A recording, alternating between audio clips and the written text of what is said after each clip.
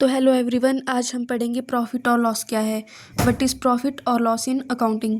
Profit, सबसे पहले बात करते हैं हम प्रॉफिट की। जब किसी व्यवसाय की आय इनकम उनके खर्चों से ज़्यादा होती है, यानी कि उसके एक्सपेंस से ज़्यादा होती है, तो जो बचत होती है उसे प्रॉफिट कहते हैं। इसका फॉर्मूला भी दिया गया है नीचे। Profit is equal to total income minus total expense. फिर आप इसका एग्जाम्पल के तौर पे एक फॉर्मूला भी देख सकते हो। Profit is equal to total income minus total expense. तो प्रॉफिट क्या होता है, हमारा जो टोटल इनकम होती है उसमें से हम अगर टोटल एक्सपेंस को माइनस करेंगे तो हमारा क्या है, प्रॉफिट हमारे को मिल जाएगा। फिर हमारे पास दिया गया है एग्जाम्पल।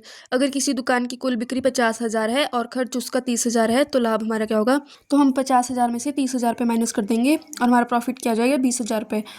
तो हम बात करेंगे हानि की, यानी कि लॉस की। जब किसी व्यवसाय के खर्च एक्सपेंस उसकी आय इनकम से ज़्यादा होते हैं, तो जो कमी होती है उसे लॉस कहा जाता है। इसका फॉर्मूला नीचे दिया गया है। Loss is equal to total expense minus total income. ये इस प्रॉफिट का ऑपोजिट हो जाएगा यहाँ पे। Loss is equal to total expense minus total income.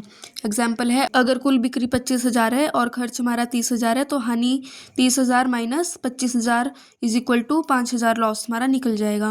वही है कि लॉस टोटल एक्सपेंस में से टोटल इनकम को हम माइनस कर देंगे तो हमारा जो है लॉस निकल जाएगा। फिर सिंपल अंडरस्टैंडिंग आपको नीचे दी गई है। प्रॉफिट का मतलब है कमाई ज़्यादा और खर्च कम, ठीक है। और लॉस का मतलब होता है खर्च ज़्यादा और कमाई कम।